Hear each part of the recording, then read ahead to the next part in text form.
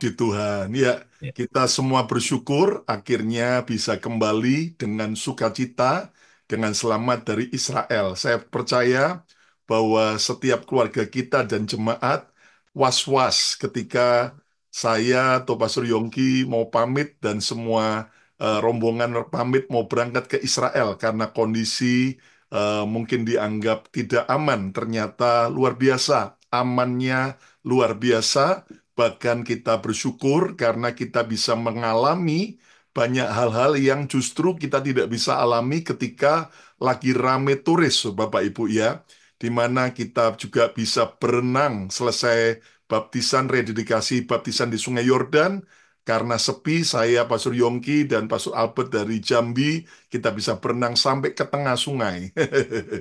Pengalaman pertama kali bahkan di kapel kenaikan di tempat Yesus naik ke surga ya setelah kita berdoa beribadah singkat di sana lalu ternyata ada surprise di luar daripada kapel masih di halaman tempat itu ternyata ada sumur dan kita nggak tahu kalau ada sumur selama ini dan kita bisa menimba kita bisa minum air sumur itu dan itu adalah air sumur daripada kapel kenaikan tempat Yesus naik ke surga. Dan Alkitab berkata bahwa Yesus yang kita lihat naik ke surga akan datang kembali dengan cara yang sama. Artinya bahwa dia tidak datang di Gunung Bromo, ya, tetapi dia akan datang kembali di Bukit Zaitun di Israel. Dan di tempat itulah kami menyembah Tuhan dan kita percaya bahwa kedatangan Tuhan Yesus yang kedua sudah semakin singkat dan masih ada banyak lagi. Dan walaupun saya percaya bahwa saya dan Pastor Yongki masih jet lag ya karena jam di Israel maju 7 jam dan kita bisa sudah menyesuaikan jam sana sementara balik harus kembali ya ini sekarang masih sudah berarti jam berapa? Jam 3 pagi di sana ya. Tapi saya percaya bahwa sukacita kita masih bisa beribadah bersama-sama. Nah, bagi Anda yang mau ikut, ya nanti tahun depan 2025 bulan Juni, tanggal 30 kita akan kembali adakan tur siara rohani ke Israel, dan Anda yang berminat nanti bisa hubungi kami, saya percaya akan jadi terobosan yang besar. Dan saudara sekalian, hari ini kita akan kembali belajar bagaimana Tuhan memberi buat kita tema yaitu tahun penuaian ya. Dan saudara sekalian untuk kita mengalami penuaian, maka subtema kita di bulan November ini adalah grateful for your process. Bersyukurlah atas setiap proses hidupmu. Nah, yang namanya proses pasti sesuatu yang kita tidak suka. Tetapi percayalah, justru melalui proseslah, maka semua yang berfaedah, semua yang berharga, semua yang penting itu kita bisa dapatkan. Saudara, izinkan saya membagikan renungan firman hari ini dengan tema api pemurnian. Ya, api pemurnian. Tahukah Anda bahwa hari-hari ini setiap kita orang percaya, para hamba-hamba Tuhan, jemaat gereja, sedang melewati api pemurnian. Untuk apa? Untuk menjelang kedatangan Yesus kembali yang kedua kalinya. Saya mengajak saudara melihat dalam Maleakhi pasal 3. Jangan saudara langsung trauma dengar kata Maleakhi pasal 3. Saya tidak bahas soal perpuluhan, tapi lihat ayat yang pertama sampai ayat yang keempat. Alkitab berkata, lihat, aku menyuruh utusanku supaya ia mempersiapkan jalan di hadapanku. Dengan mendadak Tuhan yang kamu cari itu akan masuk ke baitnya. Malaikat perjanjian yang kamu kehendaki itu, sesungguhnya ia datang firman Tuhan semesta alam. Ayat yang kedua, siapakah yang dapat tahan akan hari kedatangannya? Dan siapakah yang dapat tetap berdiri apabila ia, Tuhan, menampakkan diri? Sebab ia seperti tukang pemurni logam dan seperti sabun tukang penatu. Tuhan datang ya sebagai pemurni logam dan seperti sabun tukang penatu. Ayat yang ketiga, ia akan duduk seperti orang yang memurnikan dan mentahirkan perak, dan ia mentahirkan orang Lewi. Orang Lewi gambaran orang-orang yang melayani Tuhan. Suku Lewi, suku yang dikhususkan untuk melayani Tuhan. Ia Tuhan mentahirkan orang Lewi, menyucikan mereka seperti emas dan seperti perak, supaya mereka menjadi orang-orang yang mempersembahkan korban yang benar kepada Tuhan.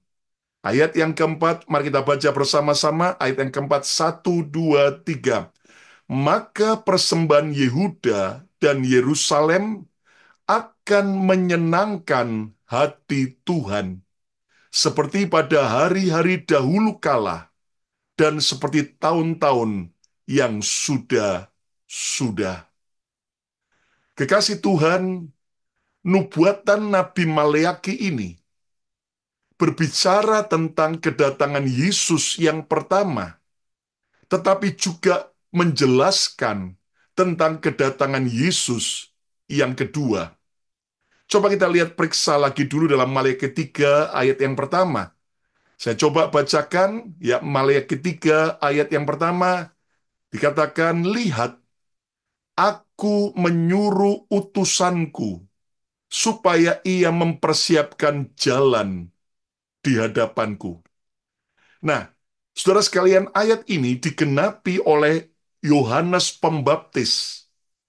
Ketika, saudara sekalian, Yohanes Pembaptis datang 6 bulan lebih awal daripada kelahiran Yesus. Dan melalui, saudara sekalian, kehadiran Yohanes Pembaptis, dia mempersiapkan jalan bagi kedatangan Yesus yang pertama. Nah, ayat ini juga berbicara tentang kedatangan Yesus yang kedua. Dan saya percaya sebelum kedatangan Yesus yang kedua, akan ada utusan Tuhan yang akan diutus untuk mempersiapkan jalan bagi kedatangan Yesus kembali yang kedua. Dan siapa? Kalau dulu di perjanjian lama, saudaraku, dalam kedatangan Yesus yang pertama, maka itu adalah Yohanes Pembaptis. Tetapi kedatangan Yesus yang kedua akan dipersiapkan oleh gereja Tuhan. Sayalah gereja Tuhan, saudara gereja Tuhan. Gereja bukan bicara tentang bangunan, tetapi semua orang percaya yang telah dipilih, yang telah dipanggil dalam Kristus, maka saudara dan saya adalah gereja Tuhan. Nah, gereja harus mempersiapkan jalan bagi kedatangan Yesus yang kedua. Gereja harus melakukan seperti yang Yohanes Pembaptis lakukan, yaitu apa? Yohanes Pembaptis melayani Tuhan, memberitakan kabar keselamatan, membaptis mereka yang mau bertobat, dan menyelesaikan semua rencana Tuhan. Saudara sekalian, hari ini, ayo kita berkata, Tuhan, aku mau beritakan kabar keselamatan, aku mau menginjil, menceritakan Yesus, baik secara verbal maupun tulisan, di sosial media maupun secara langsung. Dan kita melayani Tuhan, menyelesaikan rencana Tuhan. Siapa yang mau menjadi gereja yang menyelesaikan, mempersiapkan jalan bagi kedatangan Yesus kembali? Katakan bersama saya mau dipakai Tuhan. Haleluya. Ayo katakan, saya mau dipakai Tuhan. Nah, kembali pada Maleaki 3 ayat yang pertama tadi, dikatakan kalimat berikutnya, dengan mendadak Tuhan yang kamu cari itu akan masuk ke baitnya. Dengan mendadak. Kata mendadak adalah sesuatu kondisi keadaan yang tidak terduga. Sesuatu yang tidak diprediksi, tiba-tiba dengan mendadak, Tuhan yang kamu cari itu akan masuk ke baitnya. Dan ini berbicara bahwa betul-betul kedatangan Yesus yang pertama, sesuatu yang membuat begitu banyak orang-orang Yahudi, Israel tidak siap. Tetapi juga, saudara sekalian, kedatangan Yesus yang kedua juga akan terjadi secara mendadak, tidak terduga. Itu sebabnya Alkitab mengajar agar kita berjaga-jaga senantiasa. Sekarang lihat ayat yang kedua, Maleakhi 3 ayat yang kedua. Dikatakan siapakah yang dapat tahan akan hari kedatangannya. Saudara, saya berdoa biar kita tahan, siap saat Yesus datang kembali. Katakan amin. Dan siapakah yang dapat tetap berdiri, tetap hidup setia, tetap hidup benar apabila ia, Yesus, menampakkan diri? Sebab ia, Yesus seperti api tukang pemurni logam dan seperti sabun tukang penatu.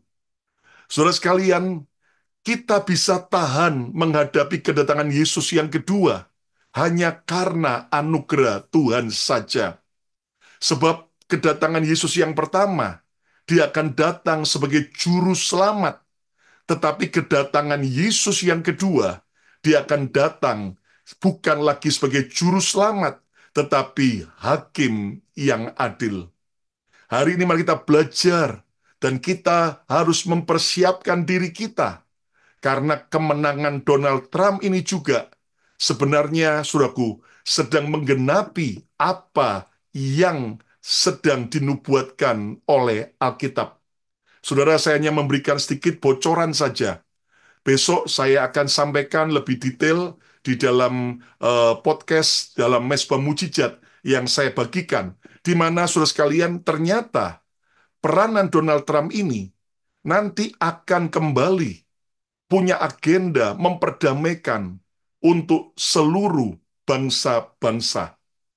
Ingat pada waktu Donald Trump menjadi presiden yang pertama, maka salah satu menantunya, Jared Kushner, seorang yang lahir di New Jersey, dan sekarang usianya 38, dan dia seorang Yahudi Ortodok, ya, dan orang tuanya tadinya adalah seorang, saudaraku, yaitu konglomerat di mana raja properti, dan Jared Kushner akhirnya menikah dengan yaitu Tiffany Trump, salah seorang anak perempuan Trump. Dan pada waktu Trump berkuasa yang pertama, maka Jared Kushner itu menjadi, saudaraku, salah satu senior penasihat daripada Donald Trump. Dan dia berhasil tahun 2020 awal, sebelum Trump akhirnya digantikan oleh Joe Biden. Untuk apa? Untuk membuat perjanjian Abraham. Ya, Abraham Court. Kalau Anda bisa Google, di Abraham Court itu akhirnya Jared Kushner dengan Trump berhasil membuat UEA, ya, United Emirates Arab, dan juga ada 3 negara Arab lagi, ya, Bahrain, dan juga ada Sudan dan sebagainya, saudaraku. Untuk apa? Mengikat perjanjian, menandatangani perjanjian damai antara mereka dengan Israel. Dan sebetulnya Arab Saudi juga sudah sudah sudahku ajak ngobrol oleh Jared Kushner, tetapi karena kemudian Trump tidak terpilih lagi tahun 2020, lalu kemudian karena ada 7 Oktober kemarin peperangan, saudaraku, maka Arab Saudi menundanya. Tapi saya percaya nanti setelah akhirnya Trump kembali, saudaraku, yaitu berkuasa, maka itu agenda akan dikembalikan. Bahkan bisa jadi Indonesia pun, ya, dengan Presiden Prabowo yang baru, akhirnya akan bisa ada deal-deal khusus, sehingga Alkitab mengatakan nanti seluruh dunia akan bisa berdamai, dan di saat itulah tiba-tiba antikris akan muncul.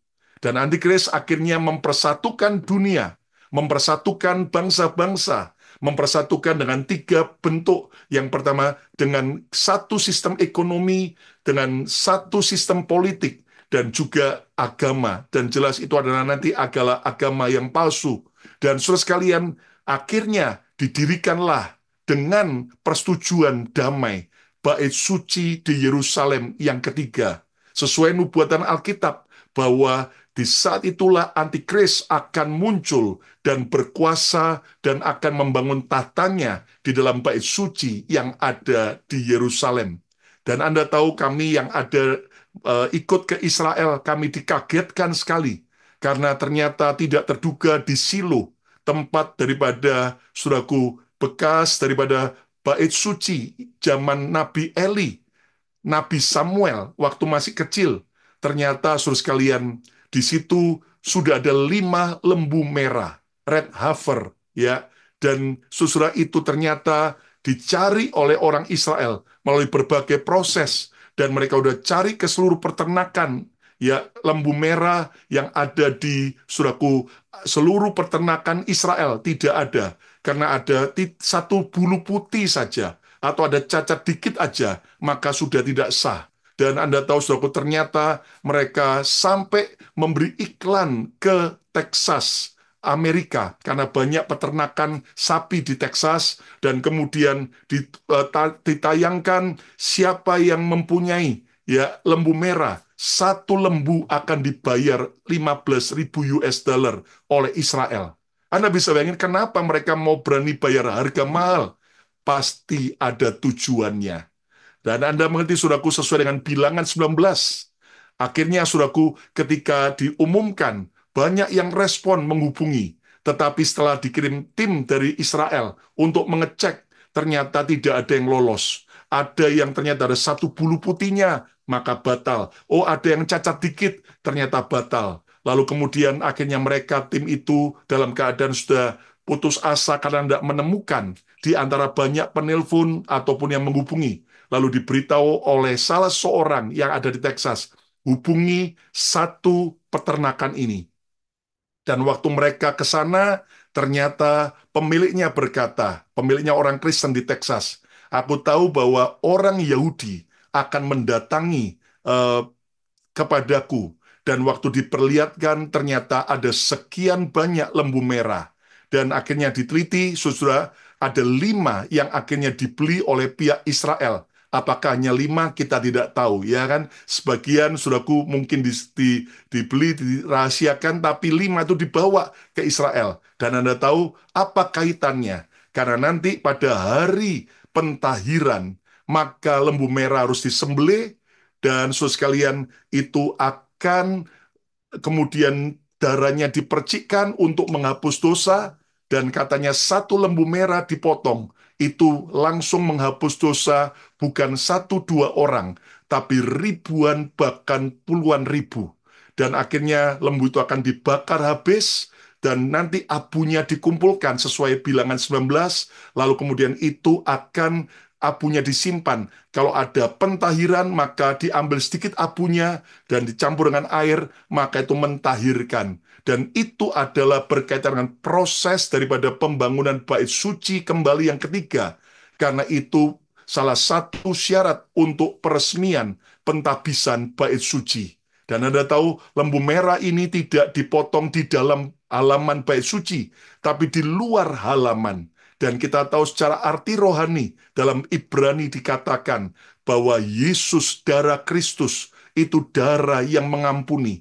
Dan kita tahu bahwa Yesus, saudaraku, mati, itu bukan di dalam kota Yerusalem tua, tapi di luar kota Yerusalem tua. Dan Anda tahu itulah Golgota. Dia dibawa keluar dari kota Yerusalem. Dan Yesus mati, dan darah Kristus itu yang sungguh-sungguh akan mengampuni, menyucikan bukan cuma satu dua orang, tapi semua manusia yang percaya kepada Yesus. Katakan amin. Dan kenapa pertanyaannya, kok sampai orang Yahudi mau cari lembu merah, sampai ke Amerika, dan mereka sudah teliti ke berbagai negara, tapi dapatnya di Amerika, di Texas. Saya percaya ini semua dalam waktu Tuhan, bahwa benar-benar Yesus akan datang segera. Kenapa? Karena pada waktu Antikris berkuasa, di saat itulah pengangkatan terjadi. Orang-orang kudus akan diangkat. Antikris akhirnya berkuasa 7 tahun. 3,5 tahun pertama dan 3,5 tahun yang kedua. Awal kesusahan dan kesusahan besar. Dan di saat itulah akhirnya Yesus akan datang kembali kedua kalinya. Dan terjadi perang Harmagedon.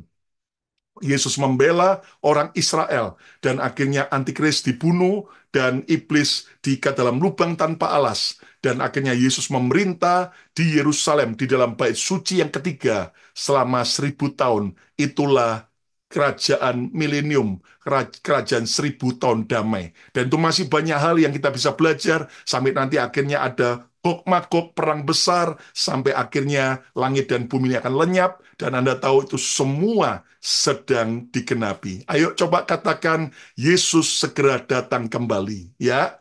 Dan saudara sekalian, bisa jadi dengan pemilihan di zaman Trump ini, akhirnya satu, ya, demi satu, negara-negara yang ada di Timur Tengah, bahkan negara-negara lain akan bisa berdamai dengan Israel. Nah, apa kaitannya dan apa yang terjadi dengan kita? Lihat kembali dalam Maliaki 3 ayat yang ketiga. Ia, Yesus akan duduk seperti orang yang memurnikan dan mentahirkan perak. Dan ia akan mentahirkan, menyucikan orang Lewi, menyucikan mereka seperti emas dan seperti perak.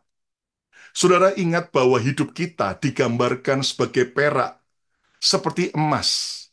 Dan bagi orang Yahudi, yang namanya perak, yang namanya emas, itu sesuatu yang mulia dan berharga. Saudara, kalau Anda pelajari, terutama perak, bagi orang Yahudi itu sangat penting sekali. Kami waktu jalan ke sana, saudara-saudara, ternyata begitu banyak ya barang-barang dari perak, baik dari airport waktu mendarat, saudaraku, dibuat menorah, ya, perak kemudian dibuat sebagai, yaitu saudaraku Hanukkah, dibuat lagi untuk cawan berkat dan sebagainya. Dan perak itu bagi orang Yahudi penting sekali. Saya coba pelajari ternyata sebagai salah satu sarana untuk mereka beribadah kepada Tuhan. Perak juga adalah gambaran tentang sebuah prestis atau kebanggaan bagi orang Yahudi. Dan itu semua gambaran apa? Hidup kita. Nah, percayalah di hadapan Tuhan, hidup kita ini berharga dan mulia. Katakan amin. Hari ini mungkin kau sedang terpuruk oleh masalah, engkau sedang melewati masa-masa sulit, atau sedang gagal. Ingat, saudara dan saya bukan sampah. Ayo katakan bersama saya bukan sampah. Tapi kita adalah perak dan emas di hadapan Tuhan. Hidup kita ini berharga dan mulia. Hidup kita tidak ditentukan oleh apa kata orang. Hidup kita tidak ditentukan oleh berapa banyak kekayaan yang kita miliki, kedudukan, bahkan tidak ditentukan oleh barang branded yang kita pakai. Ya, pakai barang made in Italia maupun made in China maupun made in Sidoarjo, tetap kita ini berharga dan mulia di mata Tuhan. Katakan amin, saudaraku. Biar tas saudara tas kulit ya buaya merek Herman atau cuman tas kresek saudara ya, tetap kita ini berharga dan mulia di mata Tuhan. Yang percaya katakan amin ya. Jadi Tuhan itu memandang kita berharga dan mulia. Lalu mengapa, pertanyaannya, Tuhan akan duduk dan sedang duduk seperti api, ya, pemurni logam, seperti tukang pemurni logam. Dan kalau Anda baca dalam 1 Petrus juga dikatakan penghakiman sudah dimulai, ya, bukan tunggu waktu Yesus datang kembali, tapi sekarang dalam mempersiapkan kedatangan Tuhan. Dia akan datang. Makanya ada banyak orang Kristen, hamba-hamba Tuhan hari-hari ini berkata, kenapa ya keadaan sekarang sudah jauh lebih sulit daripada sebelumnya. Proses pembentukan dan sebagainya. Anda tahu, karena ini api pemurnian sedang terjadi. Nah, mengapa api pemurnian harus terjadi? Ini adalah pertanyaan yang penting. Nah, izinkan saya membagikan ada 3 alasan mengapa api pemurnian harus terjadi. Balik lagi dalam Maliaki 3, ayat yang ketiga sampai ayat yang keempat. Dikatakan dalam Maliaki 3, ayat 3 bagian B, supaya mereka menjadi orang-orang yang mempersembahkan korban yang benar kepada Allah. Wow, supaya kita mempersembahkan korban yang benar kepada Allah. Ayat yang keempat, dikatakan, maka, ayat yang keempat, next, maka persembahan Yehuda dan Yerusalem, gambaran kita, akan menyenangkan hati Tuhan, seperti pada hari-hari dahulu kala, dan seperti tahun-tahun yang sudah-sudah. Ingat, sejak kita percaya Yesus, kita adalah Israel secara rohani. Dan pertanyaannya kembali, mengapa api pemurnian harus terjadi? Yang pertama, api pemurnian bertujuan untuk memurnikan hidup kita.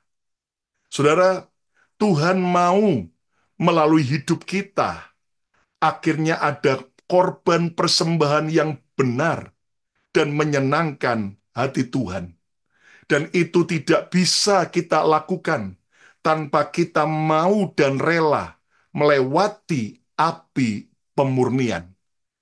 Saya masih ingat, saya sudah sampaikan renungan firman dalam ibadah onset di BMC New York yang beberapa minggu yang lalu, ya, bahwa kita harus menjalani dapur api seperti Sadrak, Mesak, Abednego.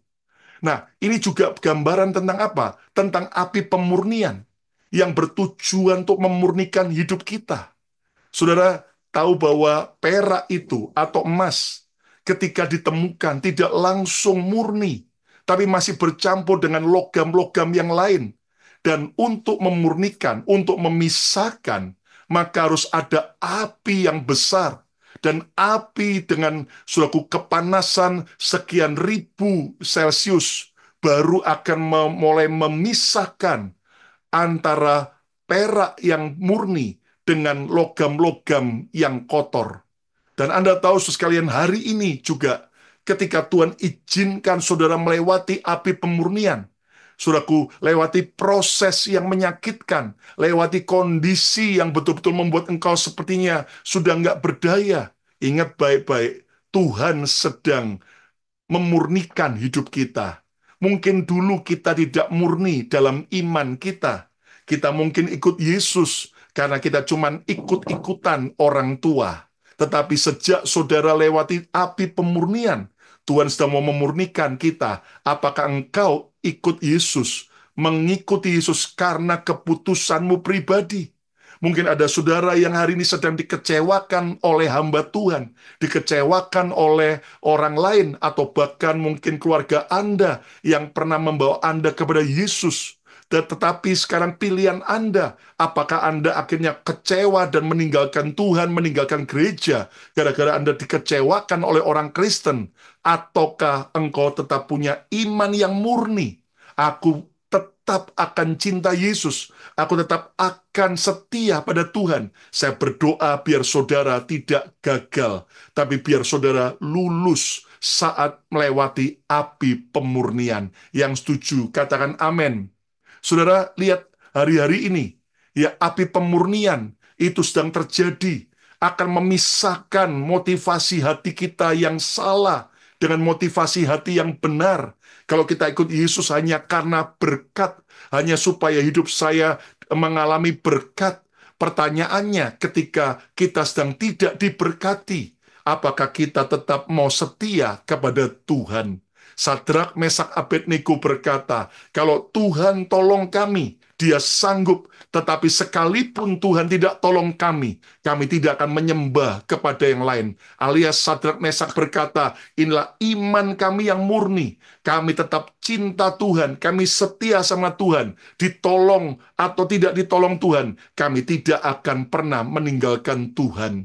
Hari ini, saudaraku, mari kalau ada saudara yang mendengar firman ini, engkau sedang dingin, engkau sedang padam, engkau sedang marah, engkau sedang kecewa, karena engkau disakiti, karena engkau mengalami keadaan-keadaan yang membuat engkau berkata, Tuhan, aku dilukai oleh orang Kristen, dilukai oleh pelayan Tuhan, oleh hamba Tuhan. Hari ini kembali, mari miliki iman yang murni, karena Tuhan sedang memisahkan hal-hal yang tidak baik dari hidup kita, untuk kita bisa mempersembahkan korban, yaitu hidup kita yang menyenangkan hati Tuhan, dan korban yang benar. Yang mengerti, katakan haleluya.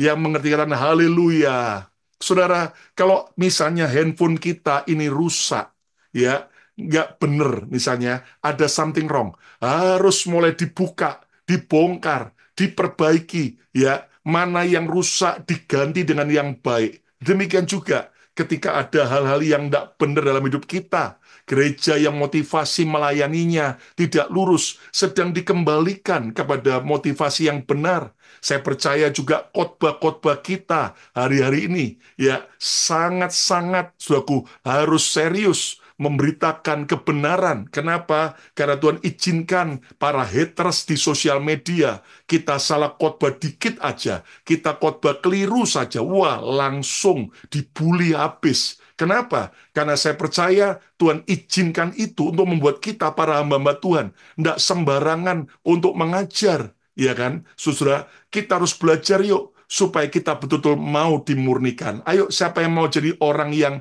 murni di hadapan Tuhan? Kata bersama saya mau hidup murni. Angkat tangan saudara, katakan bersama saya mau dimurnikan. Amin. Ketika engkau sedang lewati, doa dijawab Tuhan, puji Tuhan, engkau bersuka cita, engkau bersyukur. Pertanyaannya, ketika doamu tidak dijawab Tuhan, bahkan doamu, saudaraku, hasilnya mengecewakan. Pertanyaannya, masih maukah engkau setia dan bersyukur dan tetap melayani Tuhan? Ayo hari ini, biar kita punya iman yang murni, punya iman yang betul-betul teguh, supaya hidup kita menyenangkan hati Tuhan. Dan ingat baik-baik ya, makanya nggak heran, terutama hamba-hamba Tuhan, hari ini kita akan dites seperti apa yang banyak kita khotbahkan. Kita akan dites dengan seperti apa yang kekuatan kita. Nggak heran kan? Ada hamba Tuhan, rekan kita, ya, Pak Yohanes Sunardi, banyak bicara soal kesehatan, ya, ahli gizi. Setelah pulang pelayanan dari Amerika, ya, 2019, ternyata Tuhan izinkan 2020. Ternyata dari kesaksian terakhir, ya, Pak Yohanes ternyata harus lewati sampai stroke, sampai lumpuh sekian lama. Dan dalam posisi begitu, istrinya Bu Mega ternyata kena kanker payudara stadium 4. Kenapa anaknya satu-satunya ternyata juga mengalami yaitu kecelakaan. So sekalian, itu semua beruntun dan Tuhan izinkan untuk apa? Memurnikan. Sehingga kita yang tadinya mungkin sombong, yang tadinya kita mungkin merasa hebat, dimurnikan Tuhan. Dan akhirnya Pak Yohanes Sunardi, puji Tuhan, walaupun hampir tiap hari dia pergi ke sebuah rumah sakit untuk terapi agar bisa jalan, tapi diketawain, nggak mungkinlah kalau kamu dengar suara Tuhan, satu hari kamu akan bisa jalan. Tapi toh akhirnya bisa berjalan kembali. Ada orang hamba Tuhan yang kekuatannya bicara soal keluarga. Ternyata Anda tahu sedang diizinkan Tuhan lewati api pemurnian tentang masalah keluarga. Ada hamba Tuhan yang kekuatannya soal kepemimpinan. Ya, banyak mengajar soal kepemimpinan, sedang dimurnikan melewati ujian soal kepemimpinan. Ada yang kekuatannya soal keuangan. Ternyata diizinkan Tuhan lewati soal proses pembentukan kesulitan keuangan. Ada yang bicara soal akhir zaman, ya. Akhirnya diizinkan Tuhan lewati sebuah proses tentang juga akhir zaman. Haleluya. Banyak ada juga yang khotbah soal kekudusan, hidup kudus. Sedang diuji banyak tentang yaitu godaan-godaan dosa. Nah, pertanyaannya, jadi Pastor Lukas, kalau gitu sebagai hamba Tuhan yang aman khotbah bagaimana? Ya, seperti saya, khotbah harus ganti-ganti subjek. Ya, gembala kan khotbahnya nanti bicara keluarga, nanti bicara akhir zaman, nanti bicara soal kesehatan, ya muter-muter ya. Nah, semua kita akan lewati setiap proses ya. Kata bersama saya, api pemurnian adalah untuk memurnikan hidup saya. Ya, yang kedua, mengapa api pemurnian harus terjadi? Sekarang lihat 1 Petrus 4 ayat 12 sampai 13. Dikatakan menderita sebagai Kristen. Saudara-saudara yang kekasih, janganlah kamu heran akan nyala api siksaan yang akan datang kepadamu sebagai ujian. Jangan kamu heran akan nyala api siksaan, api pemurnian yang datang kepadamu sebagai ujian, seolah-olah ada sesuatu yang luar biasa terjadi atasmu. Ayat 13 dikatakan sebaliknya bersukacitalah sesuai dengan yang sesuai dengan bagian yang kamu dapat dalam penderitaan Kristus, supaya kamu juga boleh bergembira dan bersuka cita pada waktu Yesus menyatakan kemuliaannya. Saudara, yang kedua, apa alasan Tuhan mengizinkan api pemurnian terjadi? Api pemurnian awalnya menyakitkan, tetapi hasilnya menakjubkan. Haleluya. Saudara lihat, nggak ada sesuatu yang berguna tanpa lewati sebuah proses. Saudara lihat bagaimana proses itu memang selalu menyakitkan, tetapi hasilnya menakjubkan. Saya lihat bagaimana orang-orang Israel itu punya menora ya dari perak yang gede, mereka pertontonkan. Bahkan ada teman mau coba beli ya itu kitab Taurat Musa 5 kitab, dan itu ada tempatnya dari perak, bentuknya seperti bulatan gitu ya, terus diukir ke atas bawahnya dan sebagainya. Itu yang tanggung saja, dia tanya kaget, harganya 15.000 US dollar. Yang gede ditanya, ada yang harganya 200.000 US dollar. Waduh, saya tanya, kenapa mahal begitu ya? Coba kalau ini dibawa ke China, dibuat replikanya ya, aduh beres dah, ya kan? Tapi Anda tahu kenapa mahal? Karena proses pembuatannya dari perak itu begitu rumit sekali. Ukiran-ukiran pembentukannya itu rumit. Dan Anda tahu, saudaraku, hal yang sama. Saudaraku, memang api pemurnian itu awalnya menyakitkan. Nggak ada proses yang menyenangkan, tapi selalu menyakitkan. Tapi hasilnya itu menakjubkan. Katakan amin, saudaraku ya. Hidup ini selalu banyak masalah, ya kan? Ya, banyak persoalan. Kalau nggak ada persoalan itu namanya ya bukan hidup, saudaraku. Nah, mari kita belajar. Ayo, hari ini, ketika engkau sedang lewati masa-masa menyakitkan, baik soal ekonomi, soal kesehatan, soal pernikahan, soal anak, soal pelayanan, soal apapun, tetap kita harus lulus. Ya, karena saudara jangan lihat cuman prosesnya yang menyakitkan, tapi hasilnya yang menakjubkan. Katakan amin. Lihat, waktu perak itu dibakar, waktu ditempa, waktu kemudian diukir, kalau bisa teriak, dia akan teriak sakit, ya kan? Tapi hasilnya, kalau sudah jadi, menakjubkan dibanding dengan perak yang cuman bentuknya kotak, dengan perak yang bentuknya cuman bundar, nggak ada nilai seninya.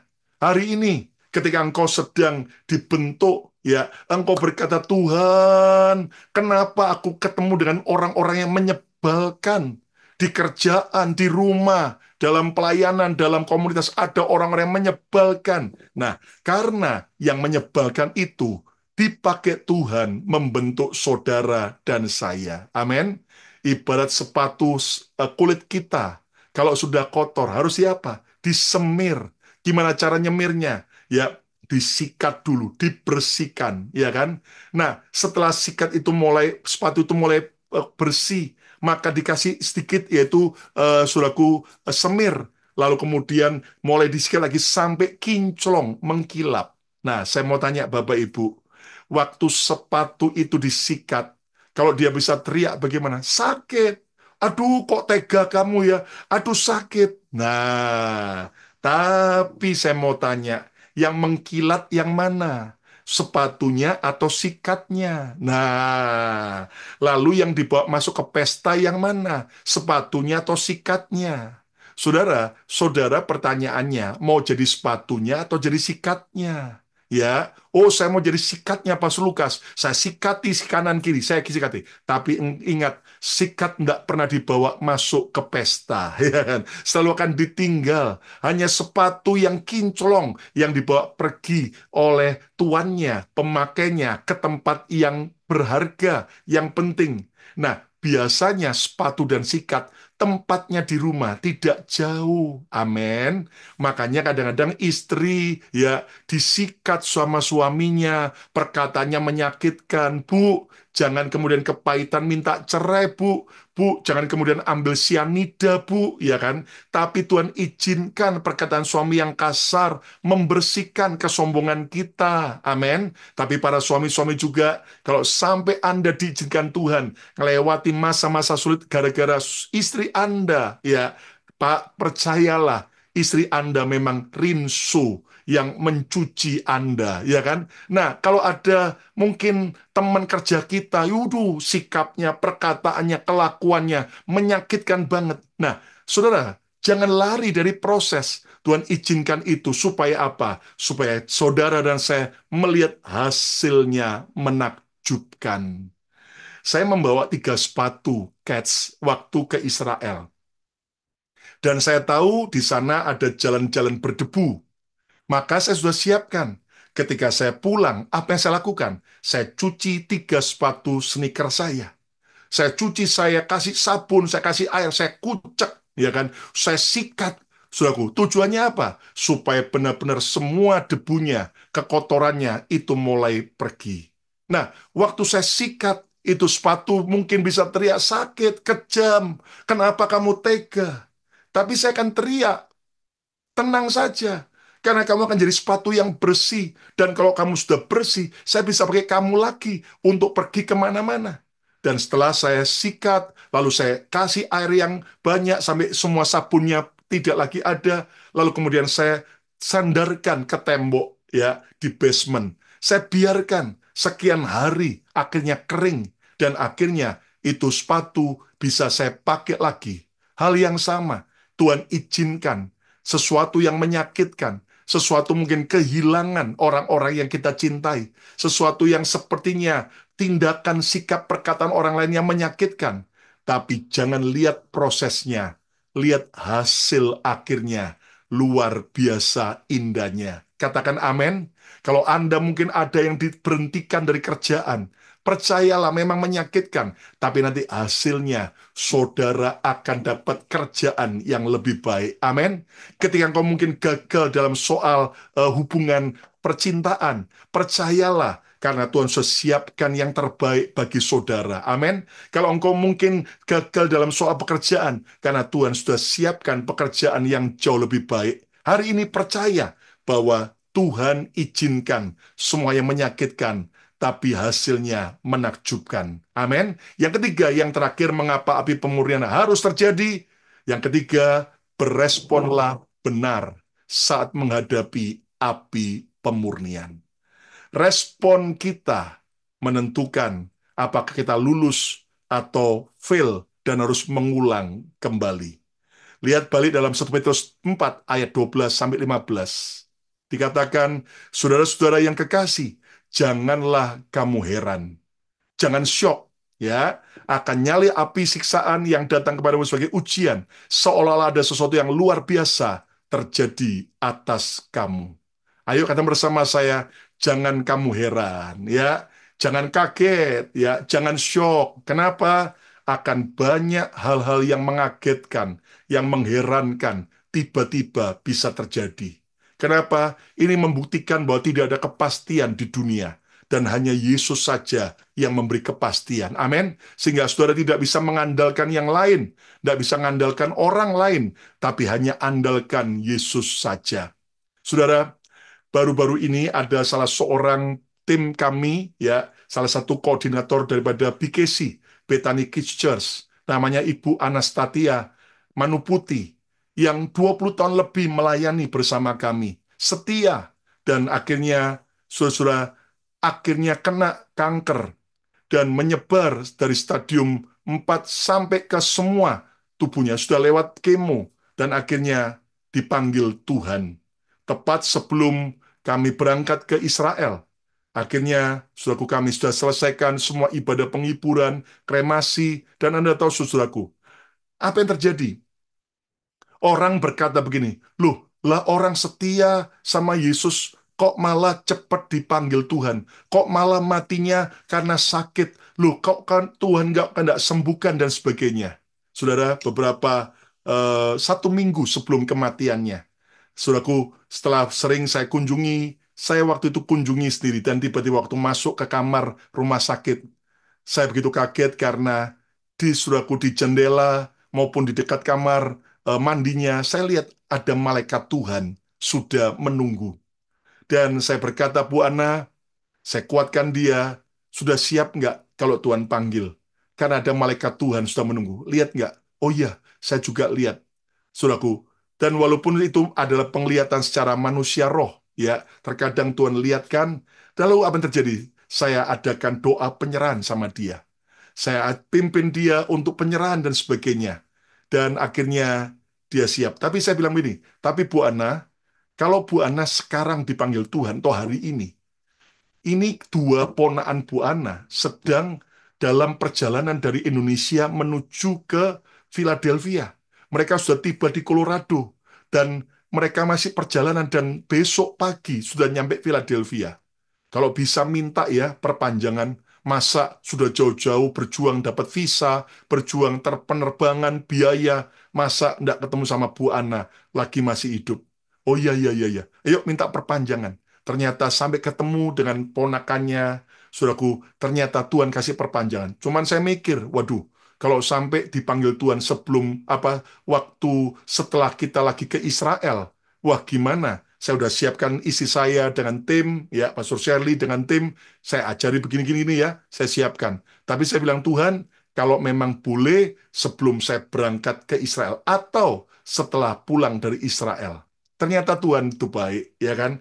Pas 1 minggu setelah kami berdoa penyerahan itu, walaupun sebelumnya saya juga kunjungi lagi, persis akhirnya dia berpulang ke rumah Tuhan. Dan akhirnya kita bisa selesaikan semua. Dan satu hal, saudaraku, ya, saya ajar dia berbilang ini, berespon benar ya, jangan heran ya, jangan kaget, lewati semua proses. Maka di ibadah penghiburan cukup banyak yang datang dan saudaraku cukup banyak yang nangis. Lalu kemudian saya cuman bisikin istri saya, aduh, banyak yang nangis. Waduh, cengeng banget ya. Ya, saya cuman bergodain istri saya karena istri saya juga nangis. Tapi kalau dia bilang, kamu itu ya, coba kalau semua dunia kayak kamu, semua orang kayak kamu, ya nggak bisa nangis. Dalam artian, loh saya juga bisa nangis, saya bilang. Coba kalau semua orang kayak kamu, ya nggak nangis ketika menghadapi masa-masa sedih gitu. Wah, dunia nggak asik. Justru yang nangis-nangis itu tambah asik. Makanya yang melo-melo itu asik. Saya bilang, iya, iya, iya, saya godain, saudaraku. Kenapa? Bagi saya belajar dalam hidup ini. Saya mempersiapkan mental saya menghadapi hal yang baik. Tapi hal yang terburuk pun saya harus siap mental. Nah, ayat ini mengajar janganlah kamu heran. Jadi saudara jangan sampai shock. Jadi saya ajak saudara, walaupun Anda mungkin mau nangis, nggak apa-apa. Tapi siapkan mentalmu. Ya, persiapkan mental Anda. Supaya Anda nggak shock, nggak kaget. Kalaupun tiba-tiba ada sesuatu yang Tuhan izinkan yang baik terjadi. Tapi juga ada sesuatu yang Tuhan izinkan yang tidak baik terjadi. Percayalah tetap ada rencana Tuhan yang baik. Katakan amin.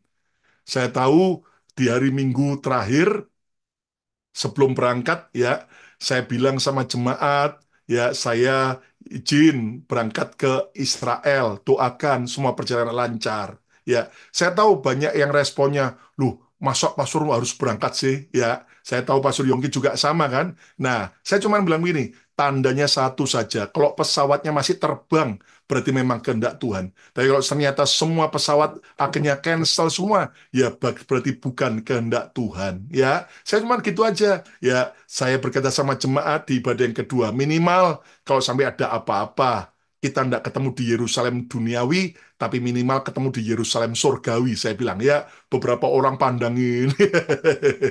Ya, dan ternyata, saudaraku, apa yang terjadi? Ternyata saya jam 4 sore sudah harus dijemput untuk penerbangan jam 9 malam. Nggak taunya jam 4, saya udah buru-buru selesai kremasi, langsung jam 3 lebih sampai rumah, nggak sempat lihat grup WhatsApp daripada grup peserta Israel, nggak taunya diberitahu, oh kita pesawat ditunda jam 1 pagi, dari jam 9 mundur jam 1 pagi. Ya, lalu istri saya bilang, nah berarti kamu bisa khotbah ibadah sore. Ya, ya, ya, ya, ya, ya. Anda tahu begitu saya datang ke gereja ibadah sore, anak-anak langsung teriak, "Yeay, batal ke Israel ya?" Saya bilang, "Enggak, tetap pergi, cuma ditunda." Ya, dan Anda tahu saudara, saya tahu keberangkatan kemarin ya banyak yang was-was gimana nanti di mana. Tapi ya kita harus siap ya, apalagi ternyata Anda tahu saudara, waktu pernikahan di kota Kana, pemberkatan di sana, peneguhan nikah, itu beberapa teman sudah ngasih info saya, Pak, di atas itu ada asap ya beberapa, dan ini bukan yang Pastor Yongki ceritakan seperti yang di ini, tapi ini asapnya teman ngasih tahu ini Pak, ada Iron Dome tadi. Berarti ada serangan rudal, lalu ditangkis oleh Iron Dome Israel. Saya bilang, semua pasti mendatangkan kebaikan. Ya udah, jalanin aja. Selesai, dan Anda tahu kita menuju ke Danau Galilea. Dari Galilea Tiberias. Dan ternyata, saudaraku, tour guide kita berkata, 1 jam sebelum kita sampai ke tempat ini, ada alarm juga. Wah, ada alarm. Artinya, berarti ada serangan dari Hizbullah. Ya, karena Danau Tiberias berdekatan dengan Libanon. Nah, Anda tahu, jadi semua pandang-pandangan saya bilang, tetap Tuhan penjaga kita. Masuk ke hotel check-in setelah naik perahu, ya Tuhan baik ya, karena sudah sejak 7 Oktober semua naik kapal di Danau Galilea diberhentikan karena dianggap tidak aman. Ada beberapa rombongan hamba Tuhan lain, Pastor Debbie Basir juga 2 minggu sebelum kami juga tidak bisa naik kapal. Ternyata 2 hari pas sebelum kita tiba, pemerintah Israel mengizinkan. Jadi kita bisa bersuka cita di atas kapal, nari-nari, memuji Tuhan, ya kan, joget-joget. Nah, lalu kemudian waktu sorenya masuk ke hotel. Akhirnya pihak hotel dan suraku pihak tour guide lokal berkata, kalau sampai ada alarm, segera turun ke basement lantai 1 dan di depan kamar nomor 134, ya saya masih ingat, seberangnya ada tempat kamar, masuk ke sana dengan tenang, dan disitulah bunker untuk kita kumpul di sana. Dan Anda tahu, saya tahu respon semua peserta, pandang-pandangan. Ya, wah, adu nyali bener, adu iman, ya kan? Nah, begitu selesai makan malam, semua tidak mau langsung masuk ke kamar atau keluar, semua mau kemana? Lihat, biasa orang Indonesia, kita antisipasi, kita turun ke basement rame-rame, dan kita masuk ke bunker lab sama-sama, ada yang foto, ada yang ambil video, susura ya. Ya, memang kayak gudang biasa, tapi saya percaya struktur di atasnya, cor-cornya itu sudah dipersiapkan, sambil pandang-pandangan. Lalu saya godain, apakah ada yang mau nginep di sini malam ini? Tapi saya berkata, ayo sembahyang, minta anugerah Tuhan. Puji Tuhan, 2 hari nginep di hotel itu di daerah Galilea, sampai kami kembali dan jalan ke arah Yerusalem ke Laut Mati, tidak ada alarm. Ya, padahal Bu Debi Basir katanya waktu dia ada di area itu lagi mandi, alarm bunyi. Ya, memang kali ini Tuhan kasih tahu dan Tuhan kasih favor karena ada Pak Yongki dan Bu Yongki. Ya, luar biasa. Nah, jadi berespon benar. Ya, jangan kamu heran. Ayo, pegang dada masing-masing. Saya harus siap dengan segala kemungkinan terburuk. Nah, ya kan? Kita harus siap mental kita. Jadi mental kita jangan mental tempe, mental kacangan, tapi mental pejuang, mental tahan banting. Ingat, saudaraku, bahwa batu dilemparkan ke, yaitu saudaraku, kaca akan pecah. Tapi batu dilemparkan ke besi, ya besinya akan apa? Tetap. Nah, kita belajar yuk punya mental yang tahan uji. Ayat 13, ayat 13. Dikatakan apa? 1 Petrus 4 ayat 13. Sebaliknya bersukacitalah. Loh, ini loh. Jangan kaget tapi bersukacitalah, bersyukurlah ya, sesuai dengan bagian yang kamu dapat dalam penderitaan Kristus. Tidak boleh nangis, tidak boleh sedih, tapi malah bersyukur, bersukacita, supaya kamu juga boleh bergembira dan bersukacita pada waktu Yesus menyatakan kemuliaannya. Tetap bersukacita dalam segala keadaan. Makanya yuk, kondisi apapun tetap banyak bersyukur saja. Ayat 14. Ayat 14, next. Berbahagialah kamu jika kamu dinista oleh nama Kristus. Oleh karena nama Kristus. Sebab roh kemuliaan, yaitu roh Allah, ada padamu. Tetap bahagia. Nah, dalam Tuhan.